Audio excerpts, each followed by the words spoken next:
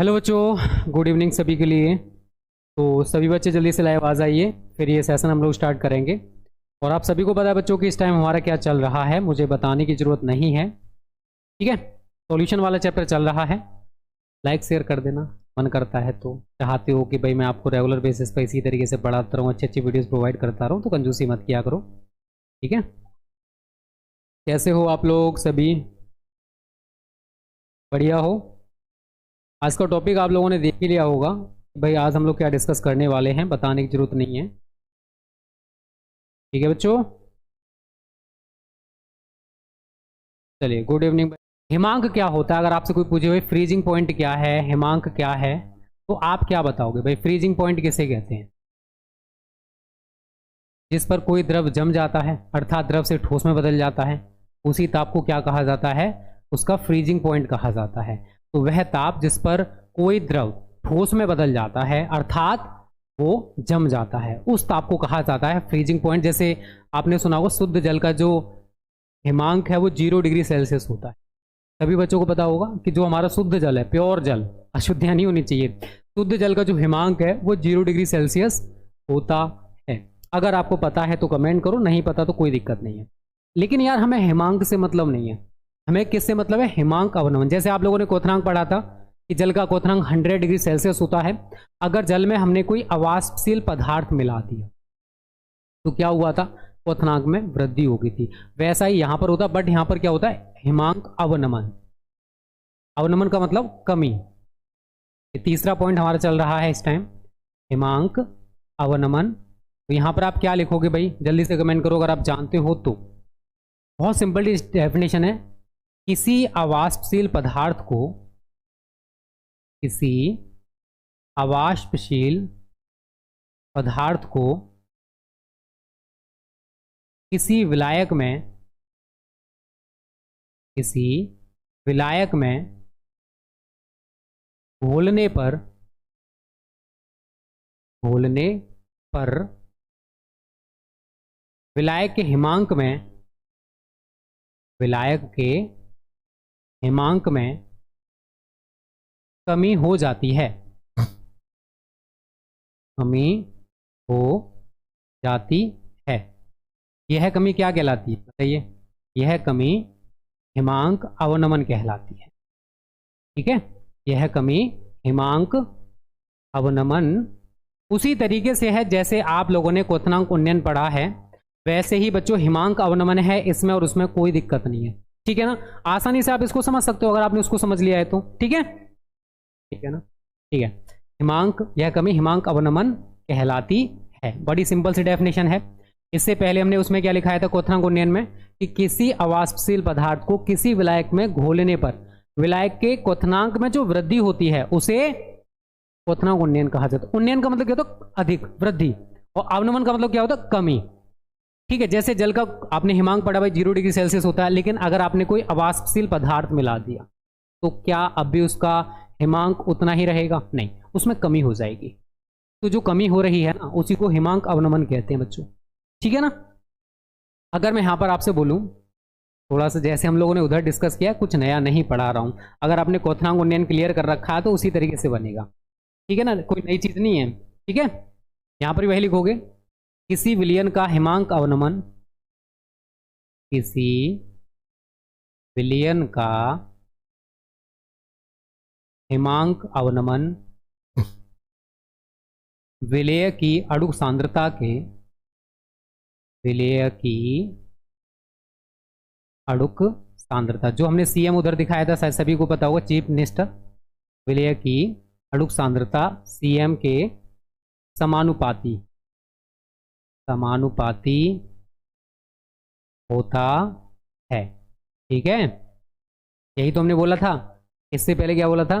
किसी विलयन का क्वथनांक उन्नयन विलेय की अणुक सांद्रता के समानुपाती होता है। बस यहां पर मैंने क्या यूज किया? हिमांक अवनमन की बात हो रही है तो हमने यहां पर हिमांक अवनमन ले लिया।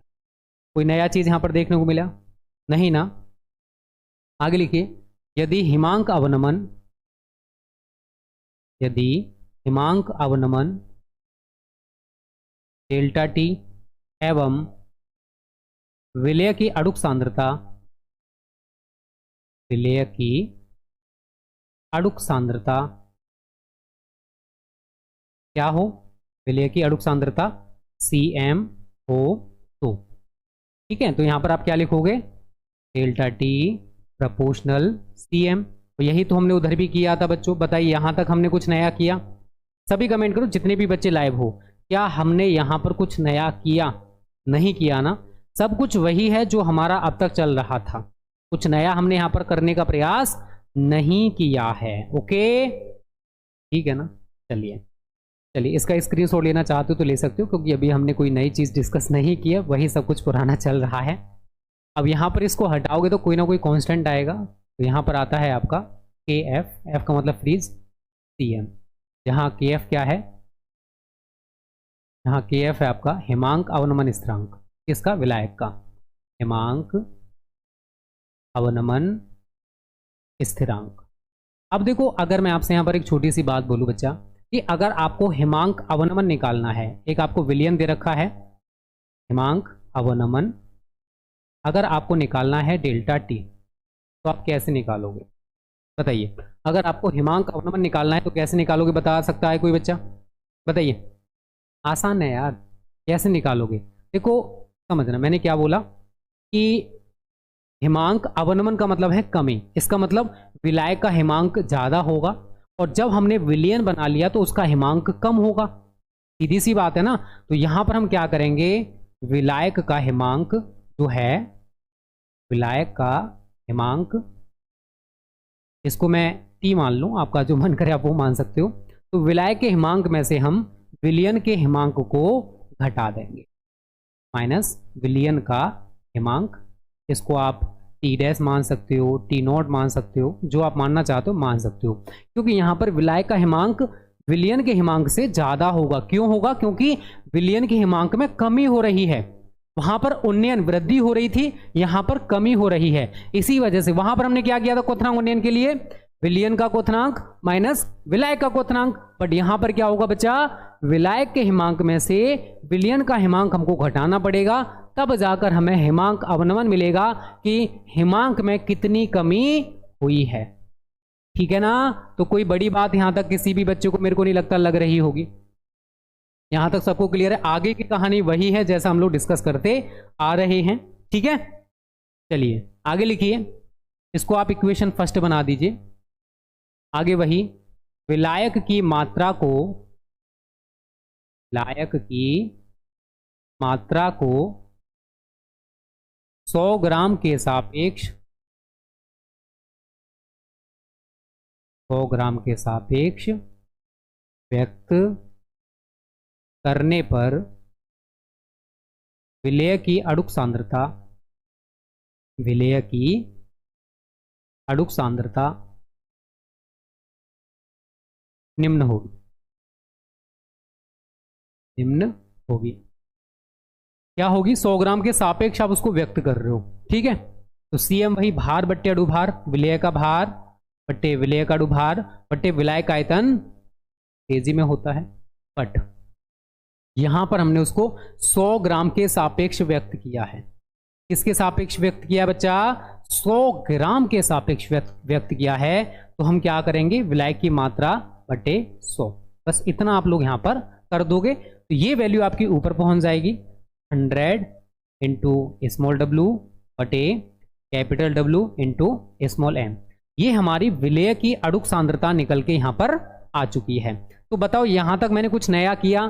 सब कुछ बच्चों उसी तरीके का चल रहा, बस यहां पर हमने हिमांक अवनमन, वहां पर हमारा क्वथनांक उन्नयन चलता था, यहां पर हमारा हिमांक अवनमन चल रहा है।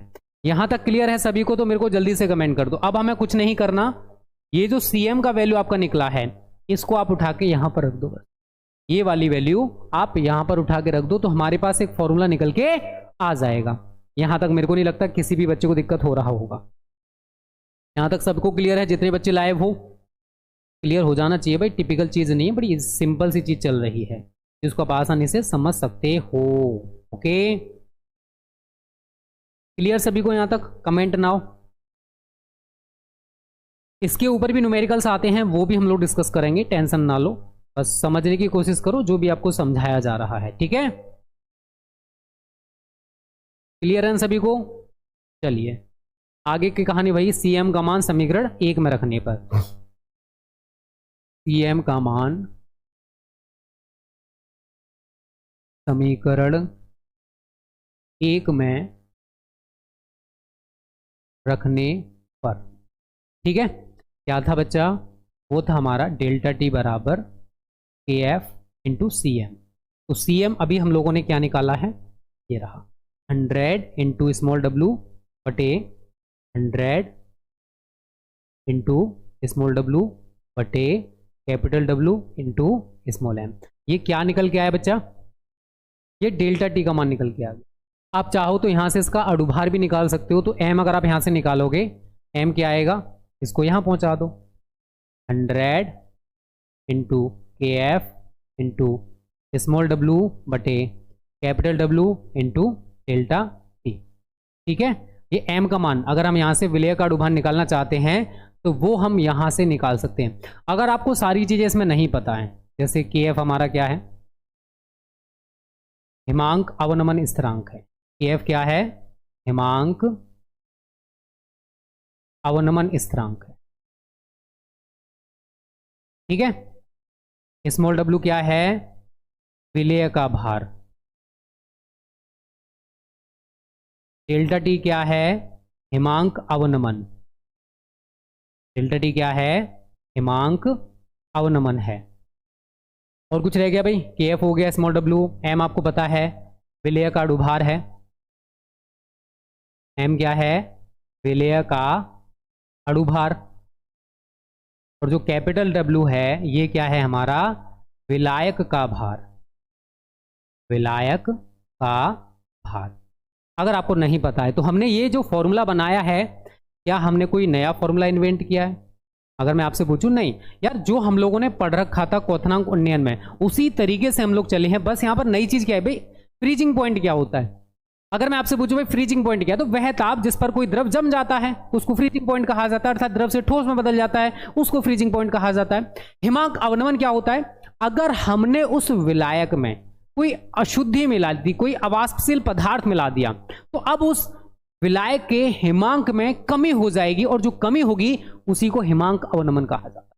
तो किसी अवाष्पशील पदार्थ को किसी विलायक में घोलने पर विलायक के हिमांक में जो कमी होती है, विलायक के हिमांक में क्या आ जाती है? कमी हो जाती है, और इसी कमी को बच्चों हिमांक अवनमन कहा जाता है। और विलयन का जो हिमांक अवनमन है वो विलेय की अड़ुक सांद्रता के समानुपाती होता है। ये आगे की कहानी वही है जो आप लोग अब तक पढ़ चुके हो, कोई नया नहीं है, ठीक है बच्चों। यहां तक क्लियर सभी को? देख लीजिए हमारे पास ये फॉर्मूला एक बन चुका है, मेरे को नहीं लगता है इसमें किसी भी बच्चे को दिक्कत होना चाहिए।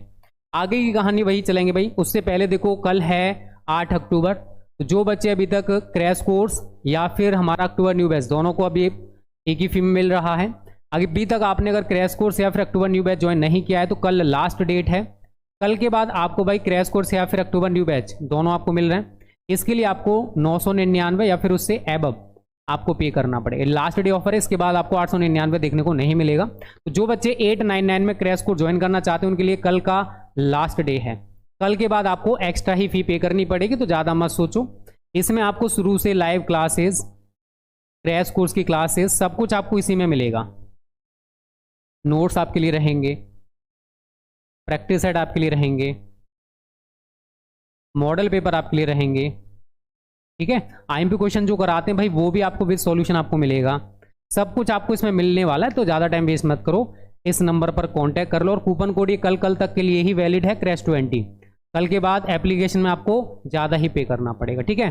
तो अगर आप 899 में ज्वाइन करना चाहते हो, एप्लीकेशन में पे करना चाहते हो, कल लास्ट डे है, क्रैश 20 कूपन कोड लगा देना, आपको वहाँ पर डिस्काउंट मिल जाएगा केवल कल तक। कल के बाद एक्स्ट्रा आपको पे करना पड़ेगा। लास्ट डे है कल के बाद आपको 899 फी देखने को नहीं मिलेगी। जिनको ज्वाइन करना ज्वाइन कर लो, ज़्यादा टाइम वेस्ट मत करो। चलिए, अगर यहाँ पर जैसे हमने वहाँ पर बात की थी, मैंने यहाँ पर 3 पात्र ले लिए, एक ये रहा, एक ये रहा और एक ये रहा। तीनों में मैंने वाटर ले रखा है विलायक, बट जो विलेय है वो सभी में हमारा अलग अलग है। किसी विद्युत अनपगट्य की समअणुक मात्रा घोलने से सभी विलयन, जितने विलयन बनेंगे सभी विलयन एक ही ताप पर जमेंगे। यहाँ पर, यहाँ वो नहीं होगा, ठीक है, उबलेंगे नहीं या जमेंगे। यहाँ लिख लीजिए, विभिन्न विद्युत अनपघट्य की किसी विलायक में, किसी विलायक में विभिन्न विद्युत अनपघट्य की, विभिन्न विद्युत अनपघट्य की, विद्युत अनपघट्य की सम अड़ुक मात्रा घोलने से, सम अड़ुक मात्रा घोलने से सभी विलयन, सभी विलयन एक ही ताप पर जमेंगे। ठीक है, एक ही ताप पर जमेंगे। वहां पर उबलेंगे था, यहाँ पर जमेंगे हैं। अब यहाँ पर मैंने 3 पात्र ले रखे हैं भाई, हो सकता है ज़्यादा भी आप ले लो, विद्युत अनपघट्य बस अलग अलग होने चाहिए सभी में, जो भी आप ले रहे हो। ठीक है, ये सॉल्यूशन है, नॉट ओनली सॉल्वेंट। ये आप विलायक मत समझना, इसमें हमने विलयन ले रखा है। तो जो पहला पात्र आपको दिख रहा है, इसमें हम लोगों ने जो भी मात्रा, अगर आपने यहाँ पर सभी सपोज करो 100 ग्राम आपने वाटर ले रखा है, तो सभी में आपको 100 ग्राम वाटर ही लेना है। फॉर एग्जाम्पल है, मात्रा कितनी भी हो सकती है, बट सभी में समान हो चाहिए। यहाँ पर भी मैं 100 ग्राम लेना है, और यहाँ पर भी हमें 100 ग्राम वाटर लेना है, यहाँ पर भी 100 ग्राम वाटर। अब उस 100 ग्राम वाटर में पहले वाला जो बीकर आपको दिख रहा है, इसमें हमको 6 ग्राम यूरिया घोलना है। जो आपको दूसरा पात्र दिख रहा है, इसमें हमें 18 ग्राम ग्लूकोज घोलना है। मात्रा याद रखना, 18 ग्राम ग्लूकोज।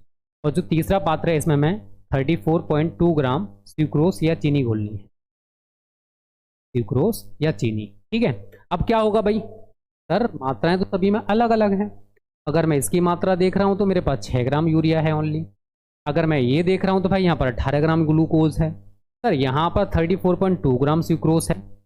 सर फिर एक ही ताप पर कैसे जमेंगे जब मात्राएं अलग अलग हैं? आपने तो वहाँ पर समअड़ुक मात्रा बोला है, समान मात्रा बोला है, आप जवाब कर सकते हो। बट आप एक कॉन्सेप्ट समझो, अगर हम यहाँ पर मोलों की संख्या निकालें, ये तो भार है, अगर हम इसकी समअड़ुक मात्रा की बात कर रहे हैं तो यहाँ पर हम मोलों की संख्या अगर फाइंड आउट करेंगे, 6 ग्राम यूरिया है, यहाँ पर आप इसको 60 से बचुआ डिवाइड करोगे, 60 मतलब 6 से 60 को डिवाइड करोगे कितना आ गया 10, 10 से 1 को डिवाइड करोगे तो 0.1 मोल आ गया। सेम अगर मैं ग्लूकोज की बात करता हूँ, 18 ग्राम ग्लूकोज है, फॉर्मूला शायद सभी को पता होगा, यूरिया का होता है NH2CO NH2, तो आप इससे इसका अणुभार निकालोगे तो वो 60 ही निकल के आएगा। आप लोग ट्राई कर लीजिए। नाइट्रोजन का परमाणु भार 14 होता है, हाइड्रोजन का 1 होता है, कार्बन का 12 होता है, ऑक्सीजन का 16, सभी को कॉम्बिनेट कर लेना, 60 निकल के आ जाए। इतना तो सीखना पड़ेगा, इंटर में पढ़ रहे हो, छोटे बच्चे नहीं हो। ठीक है, अब 18 को भाई किससे डिवाइड करना है, 180 से। 18 को 180 से डिवाइड करोगे तो 10, 18 से 180 को डिवाइड करोगे 10 टाइम्स कट जाएगा, और 10 से आप 1 को डिवाइड करते हो तो कितना आएगा बच्चों 0.1, ये भी 0.1 मोल आ गया। सेम मैं इसको करूँगा, 34.2 है, और इसका फॉर्मूला अगर आपको नहीं पता है तो C6H12O6 होता है, ग्लूकोज हो या फ्रक्टोज हो, ऐसा सभी को पता होगा। और जो सिक्रोस है इसका होता है C12H22O11। ठीक है, ये सिक्रोस का फॉर्मूला है अगर आपको नहीं पता है। तो ये 34.2 ग्राम हमारे पास सिक्रोस है, चीनी है, चीनी का नाम तो सुने हो ना। इसको हम क्या करेंगे 342 से डिवाइड करेंगे, क्योंकि इसका अणुभार 342 होता है। पॉइंट से आप यहाँ पर पॉइंट हटाओगे तो 0 बढ़ जाएगा, 342 से इसको डिवाइड करोगे 10 टाइम्स कट जाएगा, और 10 से 1 को डिवाइड करोगे तो आपका 0.1 मोल निकल के आ जाएगा। तो अगर मैं मात्राएं देखूँ सभी में, तो यहाँ पर आप कितना देख रहे हो 0.1 मोल, यहाँ पर कितना देख रहे हो 0.1 मोल, यहाँ पर कितना देख रहे हो 0.1 मोल। मतलब तीनों ही विलयनों की मात्राएं कैसी हैं, अगर तीनों विलयन बने हैं तो विलय की मात्रा कैसी है, समअड़ुक है सभी में। तो अगर आप इन तीनों विलयनों को जमाओगे ना, ठंडा करोगे, तो ये सभी के सभी एक ही ताप पर जमेंगे। फॉर एग्जाम्पल अगर ये वाला फॉर एग्जाम्पल है 0 डिग्री सेल्सियस से नीचे जाने वाला भाई, तो 0 डिग्री, फॉर एग्जाम्पल बता रहा हूँ, फिर आप कह लो सर इतना क्यों, ये क्यों, वो क्यों। मान के चलिए भाई ये -2 डिग्री सेल्सियस पर जमा, ये 2 डिग्री सेल्सियस पर ही जमेगा और ये भी -2 डिग्री सेल्सियस पर ही जमेगा। मतलब ऐसा नहीं है कि भाई यहाँ पर यूरिया 6 ग्राम है, यहाँ पर 18 ग्राम है, यहाँ पर 34.2 ग्राम है, हमें उससे मतलब नहीं है, हमें मोलों की संख्या देखनी है। यहाँ पर 0.1 मोल है, यहाँ पर भी 0.1 मोल है और यहाँ पर भी 0.1 मोल है। तो सभी विलयन जो भी हमने ले रखे हैं, ये सभी विलयन एक ही ताप पर जमेंगी। ठीक है ना, ये छोटा सा कॉन्सेप्ट है जो आपको समझना बच्चों पड़ेगा। यहाँ तक क्लियर है तो मेरे को जल्दी से बताओ, लाइक शेयर कर देना जितने बच्चे लाइव हो इस टाइम। ठीक है, लाइक शेयर में आप लोग बड़ी कंजूसी करते हो यार, लाइक एंड शेयर कर दो जितने। देखिए 145 बच्चे लाइव हैं, 108 लाइक हैं, बहुत पिटोगे मेरे हाथों से। मतलब सब कुछ कहने से ही करोगे, अबे कभी खुद भी कर दिया करो यार बिना कहे। यहाँ तक क्लियर है सभी को कॉन्सेप्ट? जल्दी से कमेंट करो बच्चों। ठीक है, ये वाला कॉन्सेप्ट अगर आप देखोगे तो हमने जो क्वथनांक उन्नयन में पढ़ा था ना बच्चा, वही चल रहा है, कुछ नया मैंने यहाँ पर अप्लाई नहीं किया है। आप पुराना ही यहाँ पर अप्लाई कर रहे हो, पुराना ही चल रहा है। और आगे की जो कहानी है ना वो भी हमारी पुराने की तरह ही बनेंगी, टेंशन ना लो। मोलर अवनमन स्थिरांक, मोलर अवनमन स्थिरांक, तो जो फॉर्मूला बनने वाले हैं वो भी उसी तरीके से बनेंगे। ठीक है बच्चों? हाँ, जल की मात्रा समान लेनी पड़ेगी, ऐसा नहीं कि आप अलग अलग मात्राएं ले रहे हो भाई, तो फिर तो विलयन अलग अलग क्वांटिटी का अलग अलग तरीके का बन जाएगा ना। ठीक है, किसी विलायक में तो विलायक की मात्रा कांस्टेंट लेनी है।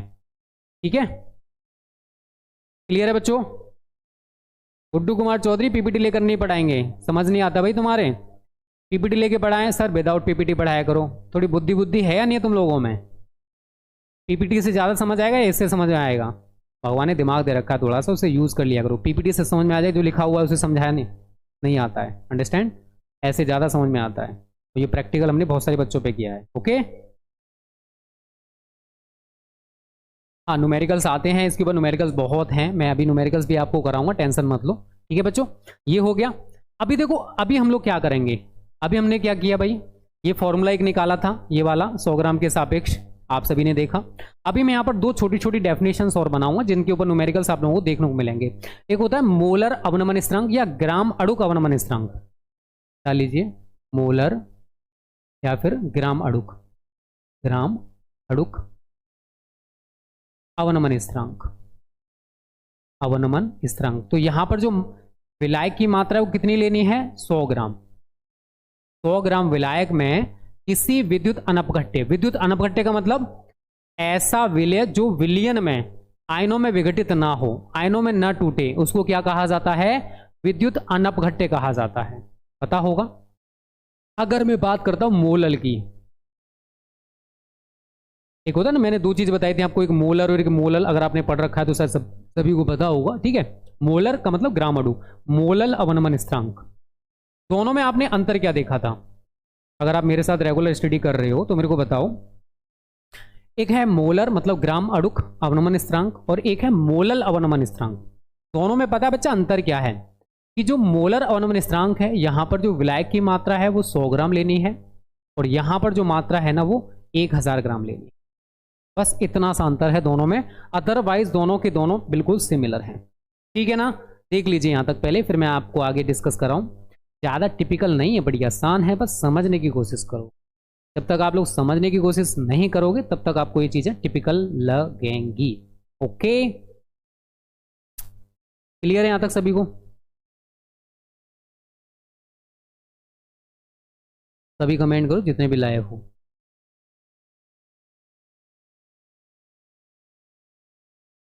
ठीक है, चलिए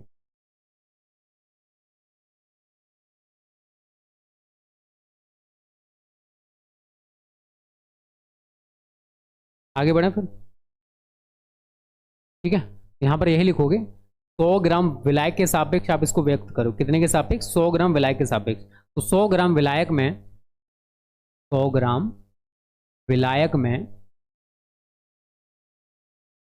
किसी विद्युत अनपघट्य की, किसी विद्युत अनपघट्य, जैसे अगर NaCl ले लूं तो वो आयनों में टूट जाएगा विलयन में जाते ही।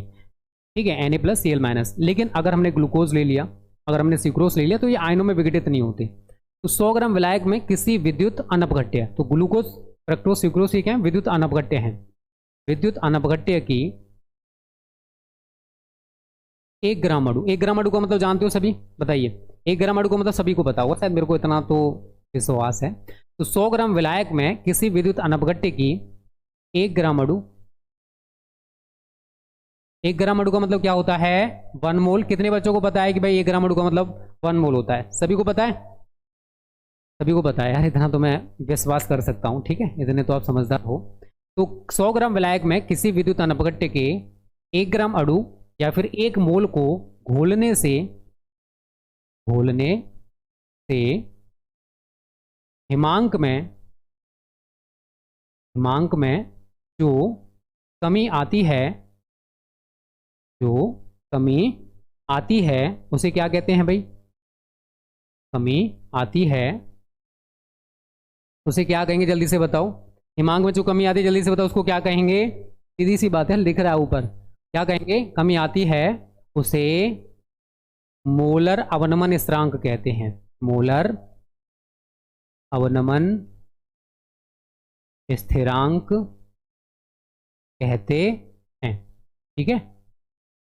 सेम मैं यहां पर भी करूंगा भाई। यहां पर मेरे को बस 100 ग्राम की जगह, यहां पर अगर आप फॉर्मूला की बात करोगे तो जो आप लोगों ने पीछे पढ़ रखा है ना m बराबर 100 वाला, वही फॉर्मूला आप यहां पर अप्लाई कर दोगे। ऐसा नहीं कि आपको कुछ नया फॉर्मूला यहां पर इन्वेंट करना है। नीचे वाले में जो 100 ऊपर लगा रहे हो उसे चेंज कर देना बस। और आपने पता है भाई बनाया कैसे है, आप लोग जानते हो हर चीज को ना। अगर आपको याद नहीं आया तो बनाना सीख लो यार। डेल्टा टी बराबर क्या था? KF into CM। Delta T बराबर KF इंटू CM की जगह क्या था? थोड़े से दिमाग दे रखा, उसको यूज कर लिया करो, ठीक है ना। क्या था? 100 upon capital W into small w बटे स्मॉल m, यही तो था। अरे W अपॉन M बटे W अपॉन 100 था, 100 आपको ऊपर पहुंच गया था। ये 100 ग्राम वाली बात है। अगर 1000 ग्राम वाली बात होगी तो यहां पर आप लिख लीजिए 1000 ग्राम विलायक में, 1000 ग्राम विलायक में किसी विद्युत अनपघट्य की, किसी विद्युत अनपघट्य की, अनपघट्य के 1 ग्राम अणु, 1 ग्राम अणु, अभी मैं पूरा समझाऊंगा क्या मैं बात कर रहा हूं, मतलब 1 मोल, 1 ग्राम अणु या 1 मोल को घोलने से हिमांक में जो कमी आती है,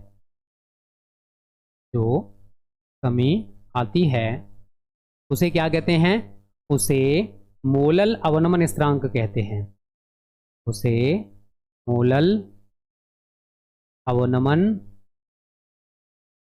स्थिरांक कहते हैं, ठीक है। तो दोनों में अंतर कुछ नहीं है बच्चों, दोनों में छोटा सा अंतर है जो आप देख भी पा रहे हो कि अगर हम 100 ग्राम विलायक की बात करते हैं तो अगर जैसे फॉर एग्जाम्पल मान के चलिए कि हमने भाई किसी पात्र में एक 100 ग्राम वाटर ले रखा है, ठीक है, हमारा 100 ग्राम वाटर है।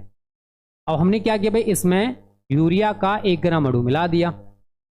मतलब यूरिया का 1 ग्राम अणु का मतलब जानते हो, 1 मोल का मतलब जानते हो, हमने इसमें 60 ग्राम यूरिया घोल दिया। अरे 60 बटे 60 1 मोल निकल के आ जाएगा। हमें ग्राम अणु को घोलना है।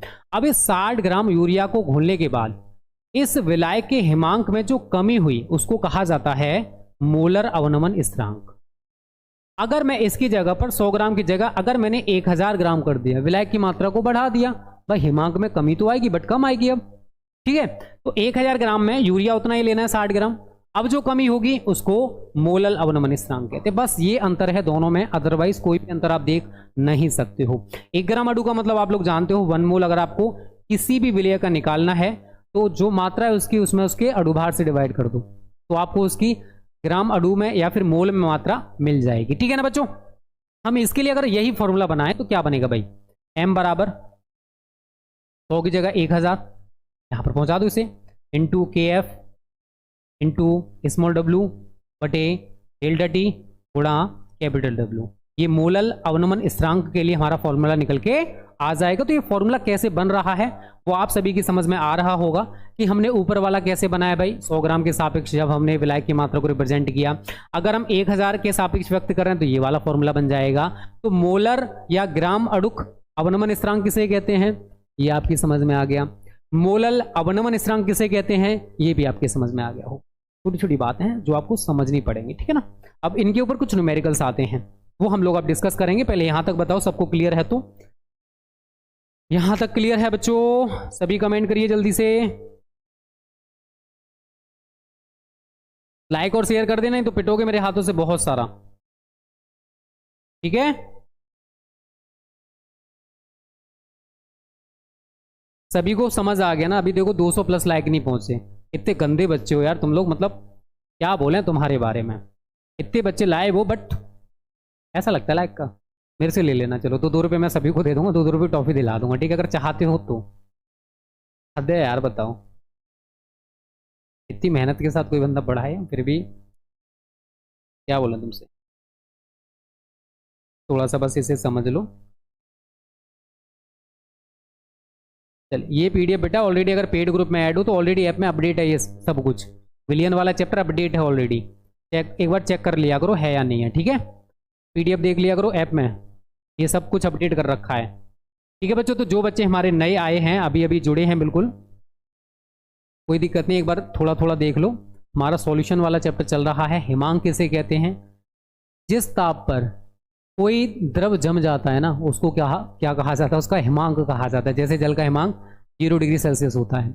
अगर हिमांक अवनमन की बात आएगी तो अगर जो विलायक है, अगर हमने उसमें कोई अवाष्पशील पदार्थ मिला दिया जो वाष्प में परिवर्तित ना हो, अवाष्पशील पदार्थ को मिलाने के बाद जो हिमांक में कमी हुई उसको क्या कहा जाता है? उसको हिमांक अवनमन कहा जाता है, ठीक है।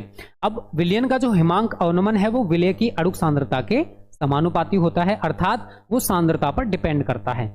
अगर हमने सांद्रता को बढ़ाते गए, मात्रा को बढ़ाते गए तो जो क्वथना हिमांक अवनमन है वो भी बढ़ता चला जाए, ठीक है। तो हिमांक अवनमन डेल्टा टी और विलय की अणुक सांद्रता सीएम से रिप्रेजेंट करे तो ये फॉर्मूला बनेगा। और यहाँ पर अगर अनुक्रमानुपाती का साइन हटाएं तो यहाँ पर आपका KF आ जाएगा। KF हमारा क्या है?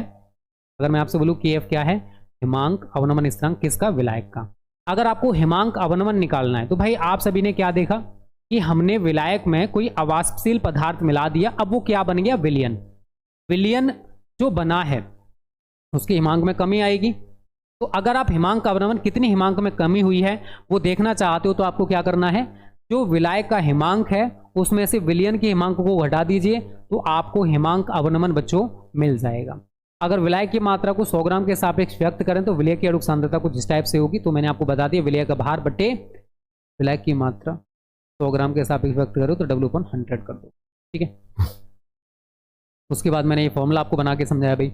और अगर आपके बाद मैंने विलायक में भिन्न विद्युत अनपगट्य वाली वो वाली कंडीशन बताई कि मैंने यहाँ पर 3 सॉल्यूशन बना रखे हैं, जिनमें हमने एक में 6 ग्राम यूरिया, एक में 18 ग्राम ग्लूकोज, एक में 34.2 ग्राम सुक्रोज घोला हुआ है। तो ये सभी विलयन एक ही ताप पर जमेंगे, ठीक है। उसके बाद मोलर अवनमन स्थिरांक किसे कहते हैं और मोलल अवनमन स्थिरांक किसे कहते हैं, ये दोनों हेडिंग्स मैंने आपको समझाई। अब मैं आपको इसके ऊपर कुछ जो न्यूमेरिकल्स आते हैं बोर्ड में वो समझाने का प्रयास करूंगा, क्योंकि यहाँ से न्यूमेरिकल्स आता है, आप लोगों को याद रखना है। ओके चलिए मैं कुछ न्यूमेरिकल्स इसके ऊपर आपको कराता हूँ, देखता हूँ कितने बच्चे कर पाते हैं। यहाँ पर कह रहा है पहला न्यूमेरिकल 0.48 ग्राम, 0.48 ग्राम कार्बनिक यौगिक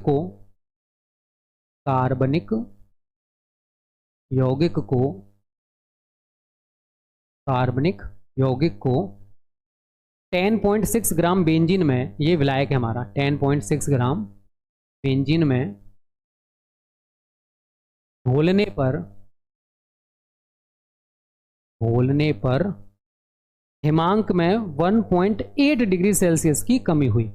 घोलने पर हिमांक में 1.8 डिग्री सेल्सियस की कमी हुई। आगे कह रहा है यौगिक का अणुभार ज्ञात कीजिए। यौगिक का अणुभार ज्ञात कीजिए। इसको कितने बच्चे कर सकते हैं मेरे को कमेंट करिए, सभी जितने भी लाइव हो इस time. If you will try you can do. कोशिश करने वालों की कभी हार नहीं होती, आप सभी को पता है। और लाइक शेयर करते रहना, कंजूसी मत करना, तो हम बहुत पीटेंगे तुमको। नहीं चाहते हो ना पिटना तो कर दिया करो, ठीक है। अच्छे बच्चों, प्यारे प्यारे बच्चों, छोटे छोटे बच्चों, कंजूसी ना किया करो। चलिए इसको करिए, कितने बच्चे कर सकते हो। सवाल बड़ा सिंपल सा यार, क्या बोला उसने देख लीजिए आप लोग कि 0.48 ग्राम हमारे पास कोई कार्बनिक यौगिक है। ये क्या है? विलेय है। ये विलेय का भार आपको दे रखा है, 0.48 क्या है, विलेय का भार है। और ये 10.6 ग्राम बेंजीन में घुला हुआ है। ये क्या है, विलायक है। घोलने पर हिमांक में कितनी कमी हुई, 1.8 डिग्री सेल्सियस की कमी हुई। यौगिक का अणुभार पूछा है और हमें बेंजीन का जो मोलल अवनमन स्थिरांक के बच्चों वो भी दे रखा, मैं यहां पर लिखूंगा। एक चीज और दे रखी है, बेंजीन का मोलल अवनमन स्थिरांक, मोलल अवनमन स्थिरांक ये आपको दे रखा है भाई, is equal to 5 degree Celsius प्रति मोलल। कितना दे रखा है, 5 डिग्री सेल्सियस प्रति मोलल। अब बताइए इसको कर सकते हो बच्चों। अभी देखो 200 प्लस लाइव बच्चे नहीं पहुंचे, बड़ी बेकार बच्चों यार। मुस्कान रावत, मैं अपना नाम नहीं दे सकता भाई, ठीक है, वहाँ पर 4 टीचर्स हैं। अब देखो ऐसा करने से क्या होगा, हम लोग है ना एवरी मंथली टीचर जो भी रहेगा उसको इनाम विनाम दिया करेंगे। संडे हमारे उदयपाल सर अभी तक लीडिंग हैं, उन्होंने 80% के साथ अभी तक टॉपर बने हुए हैं भाई। तो इस बार जो प्राइज़ आएगा मंथली वाला, सितंबर मंथ वाला, वो उन्हीं को जाने वाला है। आप सभी के अकॉर्डिंग हमारे चैनल पर उदयपाल सर अच्छा पढ़ाते हैं, उसके बाद शायद सचिन सर हैं, फिर सुनहरी सर हैं, फिर वर्षा मैम है, ठीक है। ये हमारे वो हैं टीचर्स जिनकी आप लोगों ने फीडबैक दिया है। ये ज़रूरी है, देखो हमें पता चलना चाहिए कि आप लोगों को कौन सा टीचर अच्छा लग रहा है, जिससे कि अदर टीचर्स पर थोड़ा सा इंप्रेशन पड़े, वो भी अपने आप को थोड़ा सुधारें, ठीक है। तो मैं अपना नाम वहाँ पर इंक्लूड नहीं किया। जल्दी से बताओ। हाँ, आदर्श जी द्विवेदी, ठीक है, बोलिए।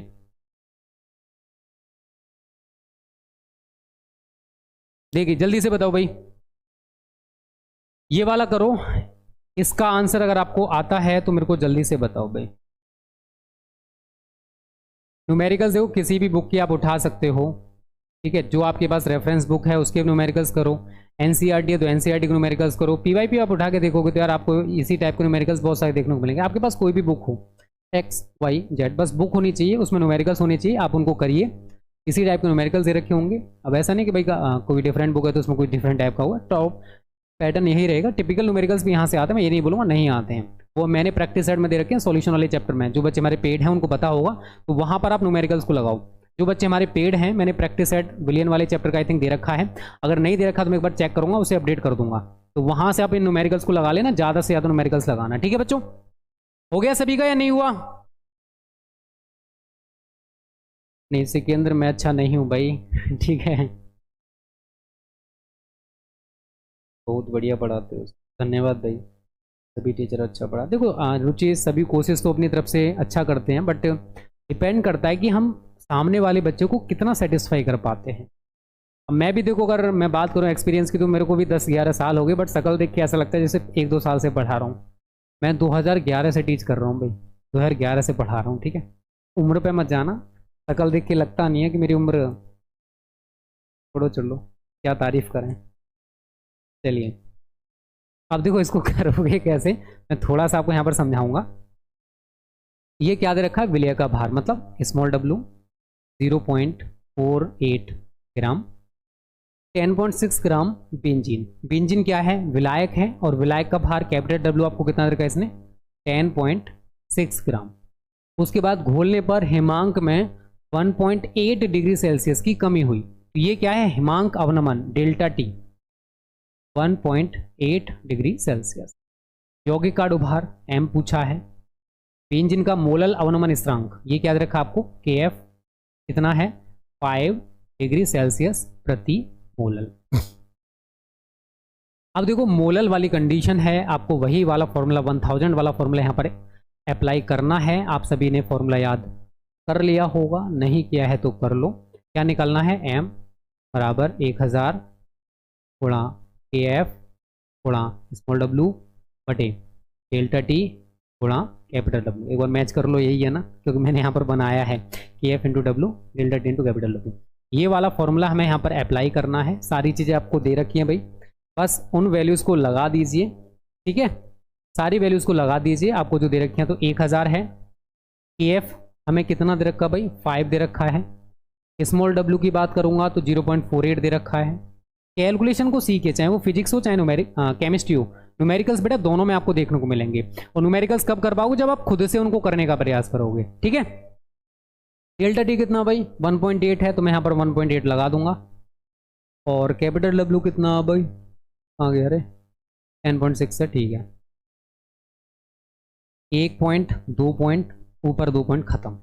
ठीक है, 106 नीचे रह गया, 18 रह गया। आप इनको काट पीट लीजिए भाई, 24 यहाँ पर ही कटेगा 50 3 टाइम्स, 6 से काट दीजिए, 6 × 18, 6 चौके 24, ऊपर और नीचे इनका मल्टीपल कर लीजिए पहले, 5 चौके 20, 1000 गुणा 20 बटे 3 × 9, 3 पंजे 15, 159, सॉरी 3 पंजे, ठीक है, 3 × 9, 5 × 15, इनका मल्टीपल करोगे तो ऊपर आ जाएगा 20,000 बटे 159। अब इनको डिवाइड करने के बाद भाई कितना आ रहा सभी का मेरे को कमेंट करो। आप लोगों को आंसर आ रहा होगा 120, मैं एक बार चेक कर लूँ, ठीक है। चलिए भाई जल्दी से बताइए। प्रिंस यादव इतना बेटा कमेंट ना करो, ठीक है।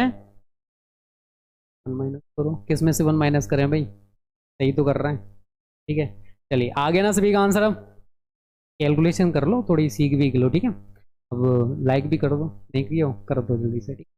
इसको काटोगे ना तो आपका आंसर आ जाएगा 125.8, 125.8, ये अड़ूभार आ गया। और याद रखना देखो केमिस्ट्री की क्लास आपकी 6:15 बजे से रहेगी अब रेगुलर, 6:15 बजे सभी बच्चे आ जाया करो, चाहे नोटिफिकेशन आए या ना आए। सिलेबस चाह तो जल्दी से ख़त्म हो तो भाई आना पड़ेगा टाइम से, ठीक है। 1-1 घंटे की क्लासेस हम लेने की कोशिश कर रहे हैं कि सिलेबस आपका एंड हो जाए नवंबर तक, ये अक्टूबर चला हो जाएगा नवंबर तक, टेंशन ना लो, ज़्यादा सिलेबस नहीं है।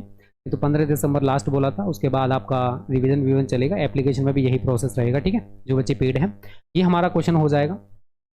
एक क्वेश्चन मैं यहाँ पर और देना चाहूँगा भाई, एक क्वेश्चन आप लोग और करिए, देखते हैं उसको कितने बच्चे कर पाते हैं। क्वेश्चन नंबर 2, कल वाष्पदाब अवनमन चलेगा, ठीक है। वहाँ पर आपका राउल्ट का नियम आता है बोर्ड एग्जाम में, तो उसको आप अच्छे से समझना, कल की क्लास बहुत ज़्यादा इंपॉर्टेंट रहेगी आप सभी के लिए। तो इसमें कह रहा है 2.25 ग्राम ग्लूकोज, 2.25 ग्राम ग्लूकोज, इसका जो अणुभार है वो दे रखा है 180, अणुभार कितना दे रखा है 180।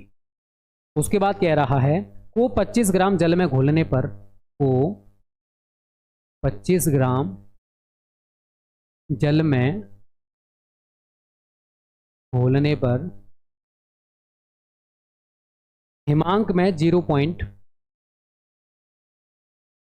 में 0.93 डिग्री सेल्सियस की कमी होती है, की कमी होती है। तो ये कमी हो रही है, ये क्या दे रखा आपको, हिमांक अवनमन, ठीक है। जल के मोलल अवनमन स्थिरांक की गणना कीजिए, क्या ज्ञात करना है, जल के मोलल अवनमन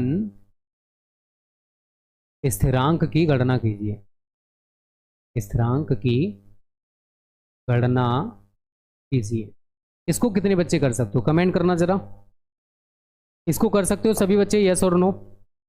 ये क्वेश्चन आपकी स्क्रीन पर जो लगा हुआ है, इसको कितने बच्चे कर सकते हो, कमेंट नाउ।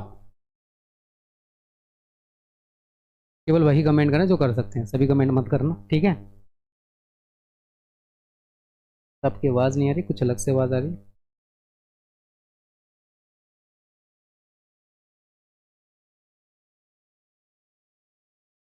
वो साउंड का थोड़ा वो रहता है भाई, माइक कनेक्ट रहता है ना, इसलिए थोड़ा सा दिक्कत रहता है, अलग से आवाज़ नहीं है ये।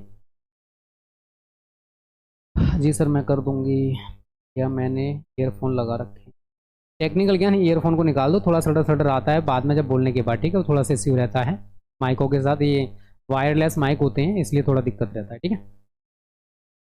हाँ हाँ ट्राई करो सभी। और देखो जो बच्चे हमारी वीडियोस को लाइक शेयर एंड कमेंट करते हैं, उनमें से 2 नए मॉडरेटर हमारे संडे बनने वाले हैं, जिनमें एक नाम रूबी कुरैशी का है। ये लड़की बहुत मतलब हर वीडियो पर कमेंट करना, लाइक करना, शेयर करना, हर जगह प्रमोट करना है, वो अच्छा लगा। तो एक रूबी कुरैशी हमारी न्यू मॉडरेटर बनने वाली हैं इस संडे, ठीक है। तो भाई नेक्स्ट संडे ये मॉडरेटर रहेंगे, एक मॉडरेटर हम और बनाने वाले, ठीक है बच्चों, कर लोगे आप लोग। कोई बात नहीं मोहम्मद सोहेल, अगर नहीं होगा तो मैं करा दूंगा, क्यों टेंशन लेते हो, टेंशन नहीं लेने का, ठीक है। इसको कैसे करोगे जरा समझ लीजिए इसका सॉल्यूशन।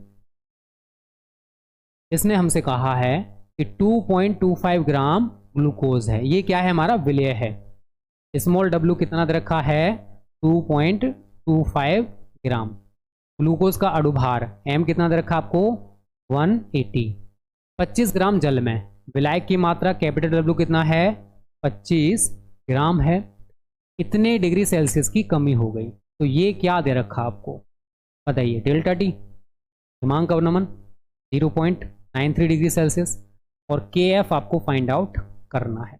आपने फॉर्मूला पढ़ा हुआ है, m बराबर 1000 गुणा KF गुणा स्मॉल w बटे डेल्टा टी गुणा कैपिटल W। निकालना क्या आपको, इसमें निकालना क्या है KF, इसके नीचे आप 1 मानोगे, क्रॉस मल्टीपल करोगे तो क्या हो जाएगा जल्दी से बताओ। KF बराबर हो जाएगा m into delta T into capital W बटे 1000 गुणा स्मॉल w। अब केवल और केवल आपको जो वैल्यूज दे रखी है ना, बस ये पुट करनी है, कैलकुलेशन करनी है, आंसर निकल के आ जाएगा। m कितना है भाई 180, डेल्टा टी कितना है आपका 0.93, कैपिटल W कितना है 25 बटे 1000 गुणा स्मॉल w कितना है 2.25, पॉइंट हटा दीजिए, इंटू 100 हो जाएगा, ठीक है। 25 से आप इसको काटोगे तो 25 निम्मा 225 हो गया, 2 जीरो से आपका 2 जीरो कैंसिल, 9 से 20 बार कट गया, अभी 1 जीरो से 0 कट गया, तो ये रह गया 2 गुणा 0.93। आई थिंक यही है। 93 दूनी कितना होता भाई 1.86, 3 दूनी 6 और 9 दूनी 18, ठीक है 1.86 डिग्री सेल्सियस प्रति मोलल।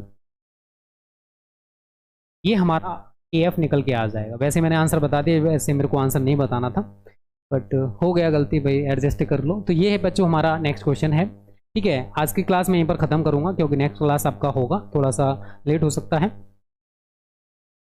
चलिए भाई अनिल गोयल वेलकम वेलकम, ठीक है बच्चों। तो ये क्लास में यहीं पर ख़त्म करूँगा।